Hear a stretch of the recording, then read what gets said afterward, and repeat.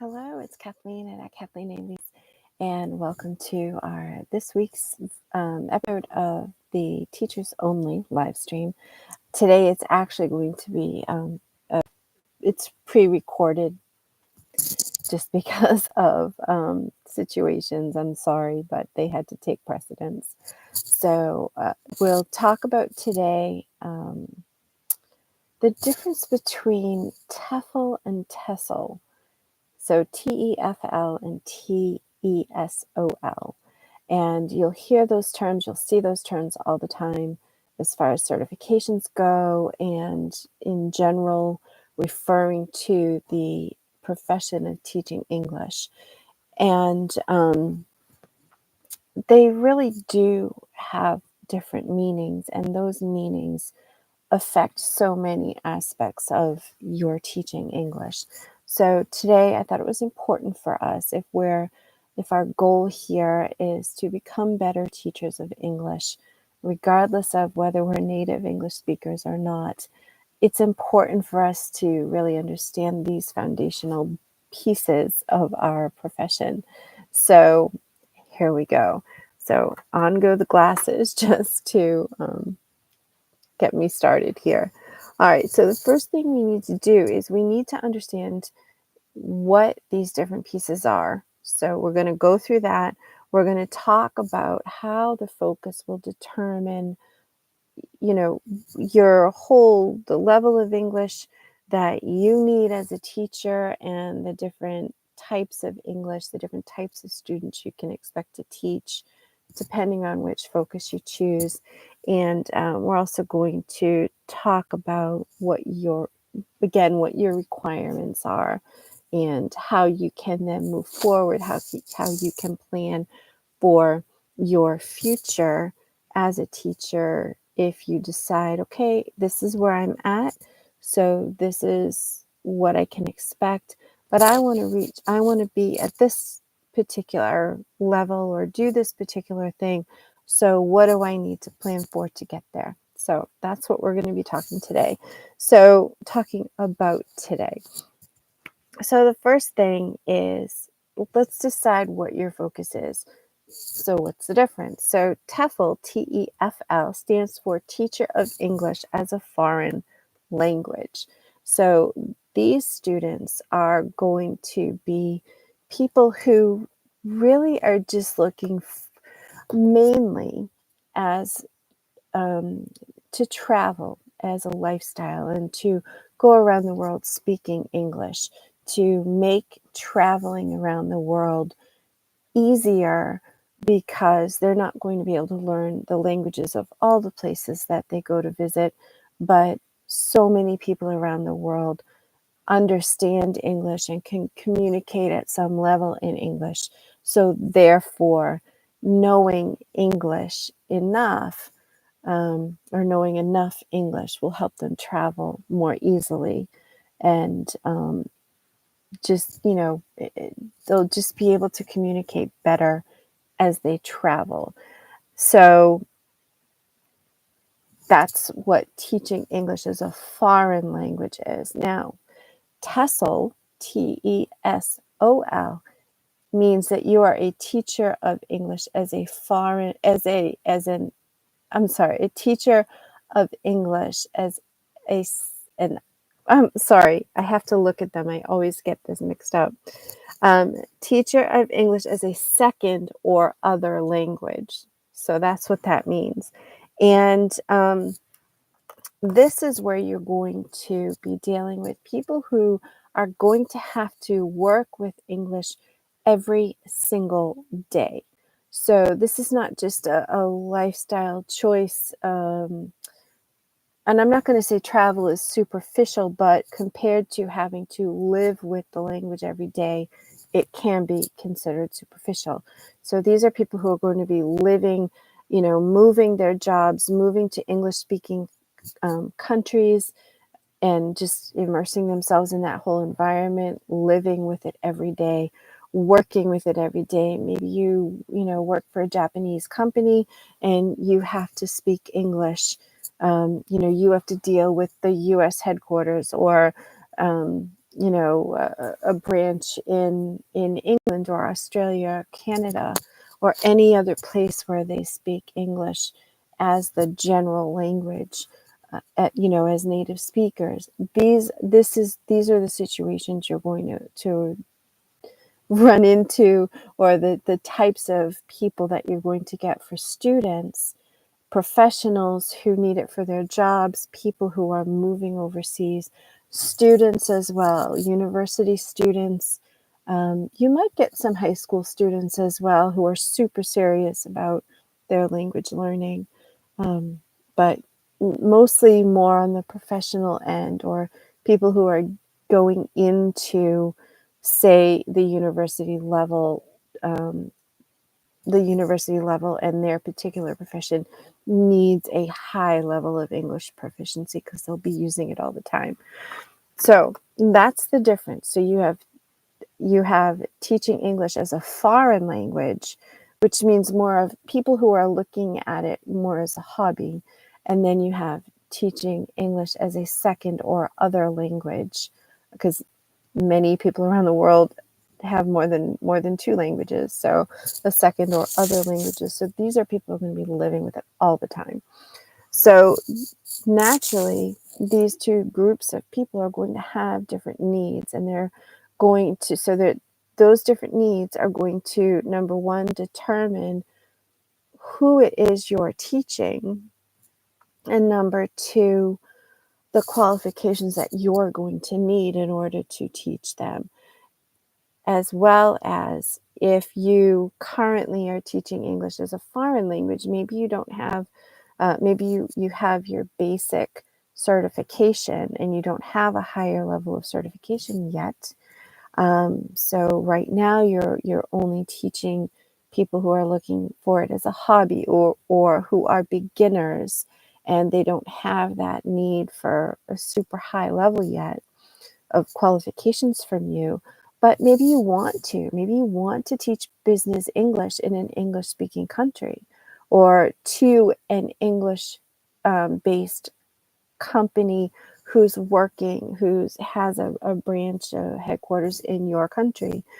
You want to know what qualifications do I need to shoot for? How am I going to make myself as highly competitive as I can in this environment? So that's what we're here for as well. So you really need to right now look at the qualifications that you have and where those qualifications fit into who you're teaching right now and who you want to teach in the next couple of years. So think about that seriously, if you want to get beyond where you are. So the second thing, so the focus of these two levels. So say you're at I'm sorry, I really need my notes today, and so we're gonna have to deal with the glare. Sorry about that. So like I just said, the focus of your teaching depends on which one of these groups you're planning on teaching. So if you're looking at right now, say you don't have a high level of qualifications, maybe you're just getting into the field and you're testing things out, I would expect that right now you're going to be speaking mostly, again, people who are looking at language acquisition more as a hobby. So um, you're not going to need to worry about being perfect in your fluency. You can be highly proficient, or as long as your proficiency level is above where your students are right now, that's going to work for them. They're not looking for anything, any super high qualifications. So you're fine right there. You're fine there right now. Whereas the TESOL students, if you're teaching people who are looking to acquire this as English as a second or other language, then you really do need to take your qualifications seriously if you want to have a competitive edge here. Especially business people, they are looking that, their livelihood depends on it. Depends on how well they can communicate, how easily and fluidly they can communicate in English in their profession, whatever their field is. Generally, it's going to be a general business field, but maybe you specialize in technology. Maybe maybe you have a degree in some technological field in your own country, and you want to now be able to help your other non-English speaking people in your country to speak English at a level at which they're going to excel in their profession. So you need to get yourself up to the highest level of English proficiency. So you need to test out at the C2 level. But you also need to have the cultural aspect of of speaking English and working with English in the English speaking business environment. So you really need to have a much more well-rounded aspect, a much more well-rounded view, and you need to go beyond just proficiency and move into fluency.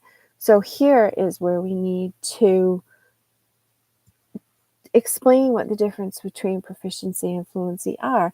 So many people misunderstand the fact that these are different things. So proficiency tells you how well you understand and can work with the mechanics of the language. And this is important. So just because these two terms are different does not mean that one is more important than the other.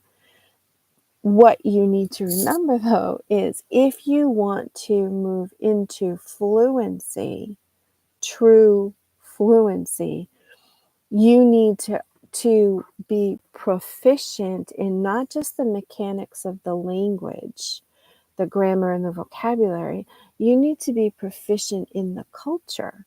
You need to understand the history. You need to understand how things developed, why they developed the way they did. There's a whole level of, I call it excavation, about the culture in which this language not only developed but is being spoken. So it's really huge. Excuse me. And this is generally why people not never, but why attaining fluency is so elusive to the wider population, because this aspect of it, this cultural and historical aspect of learning the language, is missed. People don't even think about that this is a part of it. So you really need to decide, how much do I want to pursue this? And just remember that the more you pursue it, the more marketable you're going to be. So this really isn't a complicated topic. So this isn't going to be a intensely long discussion or anything. It's a pretty straightforward topic today. So it's bing, bam, boom. So the difference between the TEFL and TESOL is the first one deals with teaching English as a foreign language. So more to hobby people, people who are looking at it as a hobby, or their lives don't depend on it. And then TESOL, teaching English as a second or other language. That's where people are depending on their being proficient and being fluent with their English language skills. So again, you need to decide whether you're going to, how far along the path of fluency you want to bring your students. You don't have to want to bring them to fluency. That's not critical. If your gift is giving them the basic foundations or the intermediate foundations or even advanced foundations of the language, wherever you are, wherever your skill set is most effective and wherever you're happiest, that's what you want to develop. And so you just need to decide how, what level you want to bring them at, and then what skills do you need, and where do you go to get those skills, so that you can give your students the very best of you that you can. So I'm actually going to put in the description yours. I just want to make sure I got everything. Again, it's because this is so simple, it feels strange that this isn't going to be as long as usual. And I love to talk about my stuff, so this feels strange. But I just want to make sure that I've given you everything. We've talked about proficiency. Well, okay, so proficiency again is the understanding the mechanics and being adept at using the mechanics of it. And fluency, think of, because I want to go into this a little more. Fluency really deals with, and here's the definition, it deals with speaking smoothly and readily, being articulate, eloquent, effortless, and flowing in your language. And so this really involves more than just knowing how to put sentences together. It involves, okay, so now you've mastered the mechanics, which is your proficiency, but now you're taking it beyond and you're learning to craft messages, and you're learning to really paint beautiful pictures with your language, whether it's in a business environment or any other environment, written, spoken, it doesn't matter. You are now able to manipulate the materials of that language to be fully expressive and fluid. So think fluency, fluidity. That's really the difference. The proficiency is the mechanics. So think of a machine.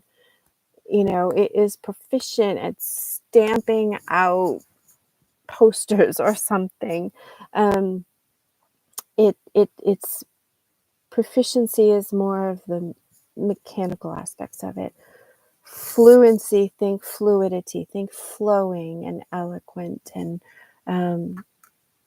think of a painter now. The painter has to learn how to hold the brush, how to mix the paints, which paints to choose, or how to get, okay, this is the color that I see in my environment, and I want to express that in another environment on canvas. So I have to learn the language of the canvas in order to accurately express what I see and what I want to convey. So think of that as the fluency part. That's such a great way to see it. Think of the fluency as the painter learning now to take the mechanics of matching colors and getting the colors on the paper and proportions and all of that stuff. That's proficiency. But the fluency is now, how do I master the use of those techniques and those fundamental skills?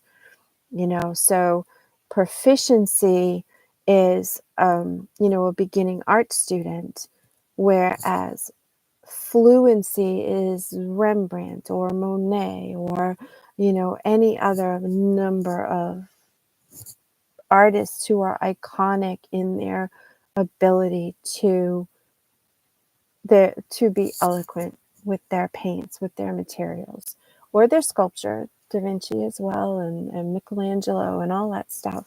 So if that helps you, I think that's a great way to think of the difference between proficiency and fluency. So how far do you want to go as a teacher and as a student of the language? And therefore, then, once you know how far you want to go as a teacher and a student, how far do you want to bring your own students on this path to fluency? And again, If you don't want to take them all the way, that's fine. That's fine, because you might not want to put all the work into it. You might be amazing at helping people who've never heard the language before truly grasp the sounds and the concepts of, constructing sentences and stuff. That's super important. I could really use someone like that in my life right now as I'm trying to learn Korean, because especially with me, English and Korean, not only are the alphabets completely different, and my brain, after so many years of only conceiving of an alphabet a certain way, is struggling to conceive of an alphabet in a different way. There's also there's a philosophical level to the approaches of the language, and the way people communicate with each other and how things are put together that my brain is struggling with. So if you are amazing at helping people put all these brand new pieces together, all these brand new concepts together, that is definitely needed out there. So just because you don't feel as though you want to put all the effort into bringing your students any further, this is a critical part. So thank you for that, and go with that, especially if you have a gift for it. Go with that. Obviously be happy with it, but go with that. So just decide how far along um, the fluency journey you want to take them, and then get the qualifications that you need. I would suggest, though, if as a non-native English speaker, that you truly do aim for a C1 proficiency at the very least. So no matter what level you want to teach, companies are still going to want you to be at that higher level, and the higher level you are in proficiency, the better chance you have. So there you go.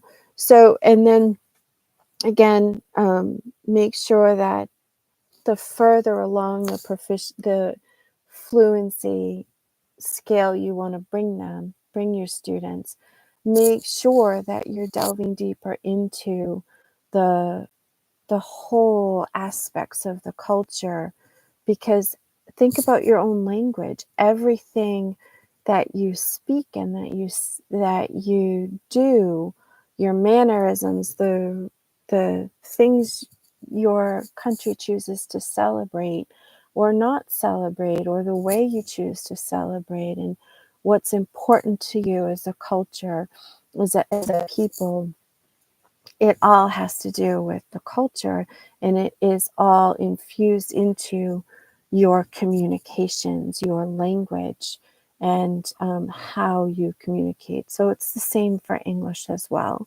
So, the history, everything, it's so important. So make sure that you're getting that education as well, and make sure you get it from several sources. I suggest myself as a source because it's just so important to me, and I am a constant explorer of my language and my history and my culture.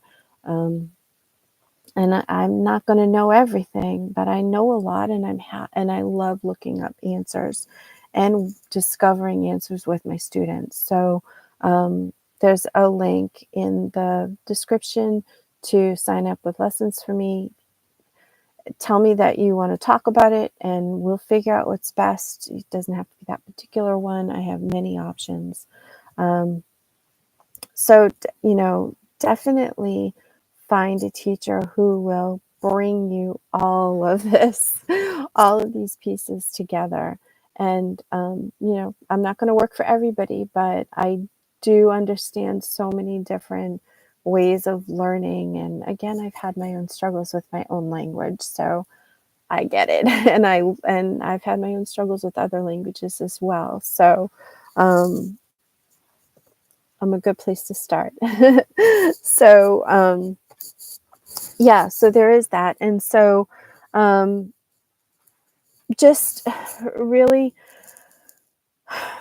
make sure you understand the difference. If put in the comments what was the most surprising aspect of this discussion that you came across or to you, and what are your thoughts? What did you start out thinking, and what is your understanding now? And just I want to hear all about what you think. We're teachers in this together, and we're here to help each other just become the best teachers that we can. And so I'm here to learn from you as well, so that number one, I can learn and be a better teacher myself, but also the more you tell me about your experiences, the more I can actually design stuff and design talks and topics and things that are going to help you in your career and you become the best teacher you can be,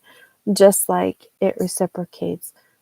I'm learning from you and you can help me become the best teacher I can be. So I really hope this helped, clear up a few things and was an eye-opener for you and a motivator for you to be able to just, I don't know, just say, hey, yeah, this is why I'm a teacher. This is what I love to do. This is what I want to do with it. And now these are some steps I can take to get further with this and do better and just become better all the time. So, all right, I hope you have a great day. And next week we'll go next week will be live and not just the premiere. So again, any links to anything I think are going to be helpful or things that we've talked about are in the description. So if there's anything you want me to cover, put it in the comments. Put your questions in the comments. Put it all in the comments. And don't forget to like and subscribe as well. All right, and share. Sharing is good. All right, we'll talk to you later. See you next week. Bye bye.